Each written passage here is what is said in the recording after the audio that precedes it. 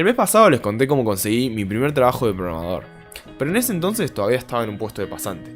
A principios de este mes me contrataron a tiempo completo y con un sueldo, así que ya puedo decir que trabajo como programador full stack. Si yo me olvidase todo lo que sé de programación y tuviese que aprenderlo de vuelta para conseguir un trabajo, lo haría de la siguiente manera.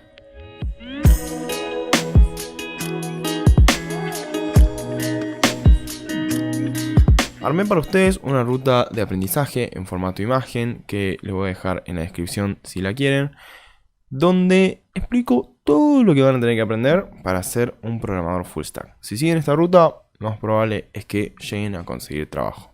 Si tuviese que empezar desde cero, lo primero que aprendería es inglés. Cuando salen nuevas tecnologías, la documentación va a estar en inglés y van a tener que esperar unos meses o años incluso para que esta documentación se traduzca al español. Por lo general las traducciones no son tan buenas, así que es muy importante saber suficiente inglés como para, aunque sea, leer documentación. Pero no se abrumen demasiado con esto, a menos que quieran trabajar para el exterior. No necesitan hablar inglés fluido ni nada. Lo importante es simplemente poder entender documentación para aprender nuevas tecnologías y listo. Seguro están cansados de escuchar esto, pero lo primero que tienen que aprender es HTML y CSS. HTML para darle estructura a nuestra información y CSS para estilizarla, ¿no? Si bien es muy probable que cuando entren a trabajar no usen HTML y CSS puros, muy bueno tener una buena base porque por lo general los frameworks están armados sobre estas tecnologías, así que tienen que saber cómo funcionan para poder usar los frameworks. ¿Qué es un framework? Un framework es una herramienta armada sobre un lenguaje de programación que te va a facilitar muchas tareas. Dicho esto, lo siguiente que van a tener que aprender, seguro se lo vienen venir, es JavaScript. JavaScript es muy importante porque va a ser su primer lenguaje de programación que aprendan. Porque HTML y CSS no son lenguaje de programación y JavaScript sí. Entonces acá es donde van a ver lo que son variables, funciones, bucles, objetos, etc. Entonces todo eso es la sintaxis básica. ¿Qué es manejo de DOM? Manejo de DOM es poder agarrar los componentes HTML que te hayas armado y darle funcionalidad, como por ejemplo esconderlos, y no se me ocurren más cosas. Pero no se esfuercen demasiado aprendiendo manejo de DOM, porque después cuando aprendamos un framework, el framework se va a encargar de todo eso. Pero bueno, JavaScript, si es su primer lenguaje de programación, no traten de aprenderlo rápido. La verdad es que si aprendieron HTML y CSS rápido y es la primera vez que programan, muy bien, pero en JavaScript les recomiendo que le dediquen su tiempo porque es bastante más extenso de lo que hay que aprender con HTML y CSS. Acá van a pasar bastante tiempo. Y va a valer la pena, porque van a ver que se usa muchísimo, tanto en frontend como en backend. Lo siguiente que vamos a querer aprender es Git y GitHub. Aunque no trabajen en equipo, Git es bastante útil porque pueden controlar las versiones de su proyecto y si se llegan a equivocar pueden volver a una versión anterior y ya está. Y GitHub es una de las plataformas donde se hostean repositorios Git. O sea, pueden ustedes subir su repositorio Git a GitHub y queda en internet para que se lo puedan descargar desde donde sea. Y esto es muy útil para trabajar en entornos de equipo. Lo siguiente que vamos a querer hacer es armar una página estática, con lo que vinimos aprendiendo hasta ahora, con HTML, CSS y JavaScript. Cuando vean este pentágono celeste acá, en este roadmap, significa que es un paso opcional, ¿sí? Esta página estática que vamos a armar es opcional, pero bueno, yo recomiendo fuertemente que lo hagan para obtener mejores resultados. Así que, bueno, con HTML, CSS y JavaScript se arman una página estática y ármenla pensando que es para mostrarle a empleadores, porque la idea es esta página hostearla en internet y ponerla en su CV para que empleadores la puedan ver. Así que háganla la más bonita posible. Bueno, como dije, la idea de hacer esta página es hostearla, así que a eso viene el siguiente paso, que también es opcional, porque justamente armar esta página es opcional, entonces esto también es opcional. Netlify. Netlify es una plataforma donde pueden hostear su página web, que es hostear, básicamente tenerla en internet, y la suben a internet usando GitHub o simplemente arrastrando los archivos de su página web. Netlify es totalmente gratis, yo lo estoy usando, tengo varias páginas ahí hosteadas, así que aprovechenlo y pueden pueden subir su página a través de GitHub o arrastrando la carpeta directamente. Yo recomiendo GitHub porque es mucho mejor, ¿ok? Es mucho mejor porque si llegas a subir una versión que termina rompiéndose, puedes volver atrás y eso es algo que las carpetas como que no tienen tan organizado, tan definido. ¿Qué son estos 3 iconos? Se preguntarán. Algunos de ustedes pueden estar familiarizados con estos y otros no. Estos iconos son los famosos frameworks de JavaScript, ¿sí? ¿Se acuerdan que yo les dije que no hacía falta que se esfuercen demasiado aprendiendo manejo de DOM? Y justamente es porque tienen que aprender estos frameworks que les facilitan mucho esa tarea. Entonces, este verde de acá es Vue, este rojo es Angular y este átomo es React. Dicen que Vue es el más fácil de aprender, React intermedio y Angular es más difícil. Angular es de Google y React de Facebook, ¿ok? El más popular es React. Vayan fijándose cuál les gusta más o con cuál quieren trabajar. Y elijan uno de acá, no aprendan varios. La verdad que me parece innecesario. React es el más popular, así que yo recomiendo React. Lo siguiente, bueno, apareció JavaScript de vuelta, pero es porque si en el primer paso de JavaScript no llegaron a aprender estas dos cosas, aparecen de vuelta porque son muy importantes, ¿ok? Primero que nada es la función fetch, que está integrada en JavaScript. La función fetch se encarga de consumir APIs. ¿Qué significa consumir APIs? Básicamente vos a fetch le pasas una URL y en esa URL vos podés hacer solicitudes del tipo get, post, put y delete, que es básicamente leer información, crear información o agregar, editar información y borrar información, ¿sí? Entonces a fetch vos le pasas una URL y vos te podés traer una información de una API, ¿sí? Y si es una API donde vos podés agregar información, entonces también podés agregar, editar y borrar, ¿sí? Entonces es muy importante que aprendan a usar la función fetch para consumir APIs. Consumir APIs es algo que un desarrollador frontend tiene que saber hacer. La función fetch te devuelve una promesa. Una promesa es algo asincrónico, ¿ok? No es que vos haces un fetch a una API y automáticamente, tipo, instantáneamente podés seguir ejecutando tu código, sino que tenés que esperar. Y ahí es donde entran en juego las promesas. Ya que vos estás haciendo un fetch a una URL externa, estas promesas pueden fallar, por lo que sea. Por un problema en la conexión, o problema con el servidor, o problema con la base de datos. Entonces, a las promesas siempre les pasas un then y un catch. Si la promesa se ejecuta correctamente, haces una cosa, y si la promesa devuelve un error, entonces haces otra cosa. Entonces, bueno, esto está acá nuevamente porque es muy importante y un desarrollador frontend lo tiene que saber. Es innecesario abrumarse con esto al principio, ¿sí? Cuando aprenden la sintaxis básica de JavaScript no tiene mucho sentido abrumarse con lo que es fetch y promesas, así que lo pueden aprender acá después de los frameworks, porque se relaciona en el siguiente paso esto, y es, bueno, no era el siguiente paso. Acá tenemos lo que es TypeScript. TypeScript, recuerden que si está este pentágono celeste es opcional. TypeScript nos ayuda a detectar errores antes de ejecutar nuestro código. Porque JavaScript es un lenguaje que se compila y se ejecuta al mismo tiempo. Usa un interpretador, no usa un compilador, sino que usa un interpretador que compila y ejecuta al mismo tiempo el código. TypeScript tiene un compilador que nos ayuda a detectar errores antes de ejecutar nuestro código. TypeScript tiene ese nombre porque nos permite ponerle tipos a todo lo que usamos en JavaScript. Si es que trabajaron con otros lenguajes de programación como Java o C, van a ver que cuando ustedes crean una variable tienen que indicar si va a ser un número, un string o un booleano. En JavaScript eso no hace falta y TypeScript nos permite ponerle tipos a nuestras variables. ¿Y cómo es que esto es algo bueno, no? Usar TypeScript suena como un paso extra porque tenés que volver a ponerle los tipos a las variables, como que ¿cuál es la ventaja? Al ponerle tipos a nuestras variables, cuando nosotros hacemos una operación que en realidad no debería poderse, TypeScript nos avisa, y esa es una de las ventajas, una de las muchas ventajas que tiene TypeScript, ¿sí? Lo siguiente que tienen que hacer es un proyecto frontend, ¿sí?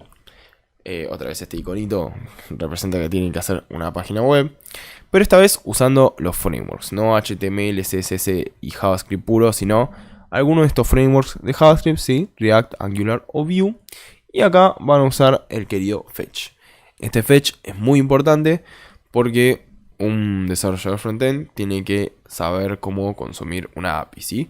Pero si ven que se traban mucho con esto, no lo usen, el fetch, pueden pasarlo por alto, pero la verdad recomiendo mucho que acá aprendan a usar bien el fetch. Pero puede llegar a ser complicado. Puede llegar a ser complicado tener que aprender por tu cuenta cómo consumir una API externa, ¿sí? Así que, bueno, prueben, búsquense una API cualquiera, no sé, una API de perros o la API de Spotify. Yo recomiendo que traten de buscar una API que sea sencilla y fácil de consumir.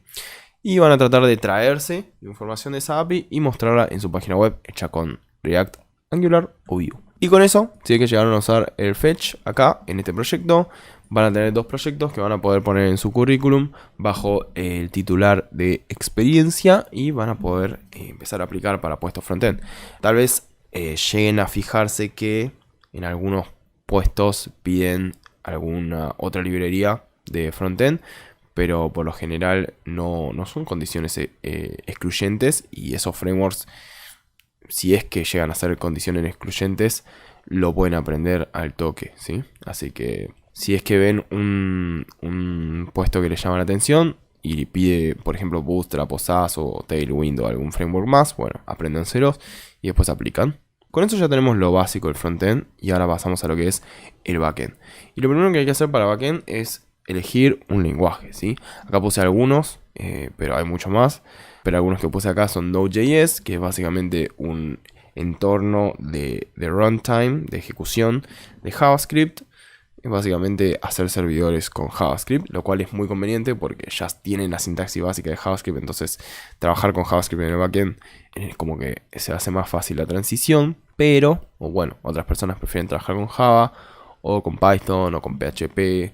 Una vez que hayan elegido su lenguaje y sepan cómo levantar un servidor y poner rutas básicas, van a querer aprender bases de datos relacionales, ¿sí? Acá puse Postgres y MySQL. Las dos se manejan con comandos SQL, así que les recomiendo que aprendan un poco de SQL y cómo levantar bases de datos con Postgres y MySQL.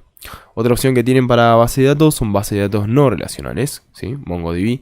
Acá está opcional porque, por ejemplo, en mi trabajo no usamos MongoDB, se maneja más que nada con bases de datos relacionales, entonces este obligatorio y MongoDB opcional, pero es una muy buena opción también para usar como base de datos. A mí me gustan más las bases de datos no relacionales porque son más sencillas, pero obviamente que le veo la ventaja a lo que son las bases de datos relacionales, ¿sí?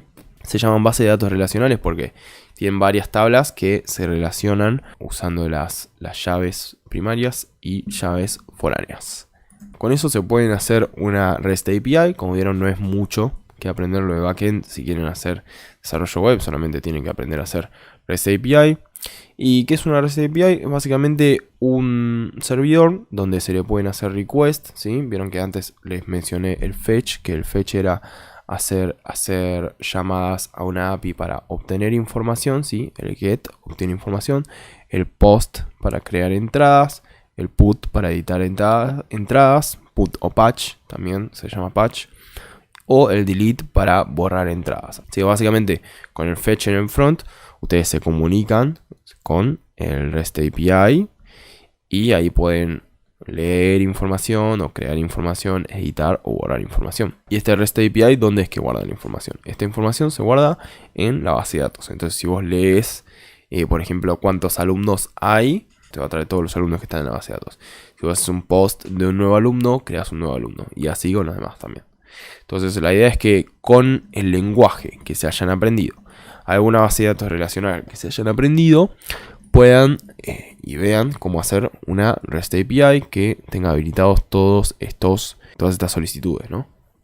Y bueno, para completar, otra vez esto de acá, tenemos el iconito de la página web, que sería nuestro frontend, los frameworks y el fetch. Lo que cambia un poco esta vez es que van a usar el fetch no para consumir una API pública o una API de internet, sino que lo van a usar para consumir su propia API que se hayan creado, ¿ok? Y esto también traten de hacerlo, recuerden, con cada proyecto que se hagan traten de hacerlo lo más prolijo posible, así lo pueden poner en su CV, en la parte de experiencia, y lo pueden ver los empleadores para que vean lo que son capaces de hacer. Y con esto que sería el frontend y con esto que sería el backend, ahí tendrían un su primer aplicación full stack, ¿sí? Traten de hacerlo, bueno, lo más completo posible. Pueden hacer una librería de películas o una librería de series. O, bueno, lo que se recomienda mucho es hacer un e-commerce, porque un e-commerce relaciona varias tablas, entonces terminan usando, sacándole provecho a la base de datos relacional y haciendo diferentes requests, ¿sí? Para cada recurso. Lo siguiente que van a querer hacer es, bueno, esto no sé por qué está opcional, esto probablemente debería ser obligatorio, es hostear su backend en Heroku. Pueden hostear tanto su backend como frontend en Heroku, o pueden hostear solo el backend en Heroku y el frontend aparte en Netlify. Y la idea es tener el proyecto, mi proyecto full stack en internet para poder mostrárselo a los empleadores con más facilidad. Y es por eso que esto está acá. Debe haber otras plataformas para hostear su backend con facilidad, pero bueno, yo conozco Heroku y Netlify, entonces son las que recomiendo. Y con eso, bueno, completan el CV, bajo experiencia ponen sus 3 proyectos que armaron. El primer proyecto era una página estática con HTML, CSS y JavaScript puro. Ese, bueno, si quieren pueden saltearlo, por eso es que está en opcionales, si quieren pueden no ponerlo. Su segundo proyecto es el proyecto frontend con Angular o React o Vue, que hace un fetch a una API pública. Y después, bueno, la aplicación full stack, que yo recomiendo fuertemente que se hagan algo medio complicado como un e-commerce, porque tiene varias tablas, entonces es muy completo. Y eso la verdad que suma bastantes puntos. Traten de venderse lo mejor que puedan en el CV, por más que sientan que no tienen suficientes cosas para ofrecer. Traten de venderse lo más que puedan, traten de rellenar lo más que puedan. Así el empleador los llama para una entrevista, ¿ok? Vayan con confianza, ¿ok? Si llegaron a hacer una aplicación full stack, saben bastante.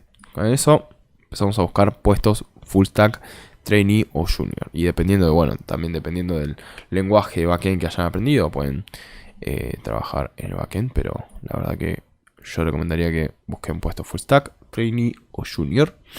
Porque tal vez mi conocimiento de backend es un poco limitado y tal vez el desarrollador backend tenga que hacer mucho más de lo que yo les estoy diciendo acá. No sé bien. Tal vez ahí me puede iluminar en los comentarios. Y si con esto todavía les cuesta conseguir, sigan haciendo proyectos y sean activos en redes sociales para conseguir trabajo. Y siempre también está la opción de freelancing. La verdad es que si pudieron aprender todo lo que está en este roadmap por su cuenta, ya desarrollaron una buena disciplina para aprender por su cuenta, para buscar información por su cuenta. Entonces la verdad es que nada los va a parar y pueden aprender muchas cosas nuevas por su cuenta. Porque por lo general, con lo que está acá, si tenés suerte vas a conseguir trabajo. Probablemente vayas a tener que aprender más cosas.